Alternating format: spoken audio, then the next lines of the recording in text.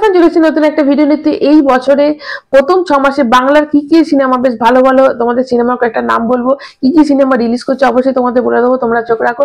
প্রথমেই তোমাদের যে সিনেমাটার নাম বলবো সেটা হচ্ছে ভাগ্যলক্ষ্মী, যেটাতে ঋত্বিক চক্রবর্তী এবং আমাদের সোলাঙ্কি আছে, এবং এটা একটা কিন্তু ডার্ক সাইড মানে একটা থ্রিলার সিনেমা, এবং এটা মুক্তি পাচ্ছে হচ্ছে 10ই জানুয়ারি। নেক্সট তোমাদের যে সিনেমাটার নাম বলবো সেটা হচ্ছে সত্যি বলে সত্যি কিছু নেই, এর পরিচালনা করেছে সৃজিত মুখার্জি। এটা একটা অ্যাডাপ্টেশন ছবি যেটা 23শে জানুয়ারি মুক্তি পাচ্ছে।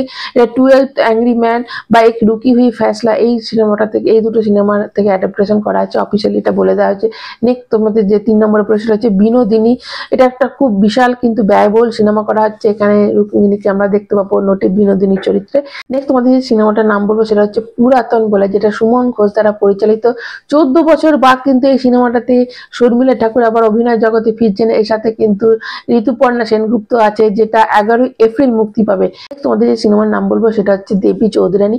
দেবী চৌধুরানীর ভূমিকায় রয়েছে শ্রাবন্তী, এবং ভবানী পাঠকের ভূমিকায় রয়েছে আমাদের প্রসেনজিৎ চ্যাটার্জি। এছাড়াও রয়েছে সব্যসাচী চক্রবর্তী, গৌরব চক্রবর্তী, বিবৃতি।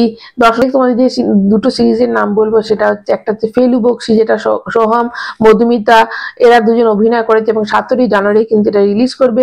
তোমাদের যে আপডেট দেবো সেটা হচ্ছে সোনার কেল্লায় জকের ধন। এটা জকের ধন সিরিজের 3 নম্বর সিরিজ, এতে অভিনয় করেছে পরমব্রত আছে, কোয়েল আছে, গৌরব অভিনয় করেছে, এবং সায়ন্তন ঘোষাল এটা পরিচালনা করেছে। এপ্রিল মাসে কিন্তু মানে গরমের ছুটিতে এই সিনেমাটা কিন্তু রিলিজ করবে। নেক্সট তোমাদের যেটা বলবো সেটা হচ্ছে অমর সঙ্গীতে বিক্রম আছে, সৈনী আছে, এবং এই সিনেমা কিন্তু 31শে জানুয়ারি মুক্তি পাবে। এর সাথে এবং পরের সিনেমাটার নাম বলবো সেটা হচ্ছে স্বার্থপর, যেটাতে রঞ্জিত মল্লিক এবং কোয়েল মল্লিক দুজনই আছে, যেটা সুরিন্দর ফিল্মসের থেকে সেটা মানে তৈরি করা হচ্ছে, এবং এতে বিশেষ চরিত্রে কৌশিক সেনকে আমরা দেখতে পাবো। আবার নতুন কোনো আপডেট নিয়ে তোমাদের সামনে চলে আসবো। ভালো লাগলে একটা লাইক দেবে, চ্যানেলটা নতুন হলে সাবস্ক্রাইব করবে, কমেন্ট অবশ্যই করবে। এখন মতো টাটা।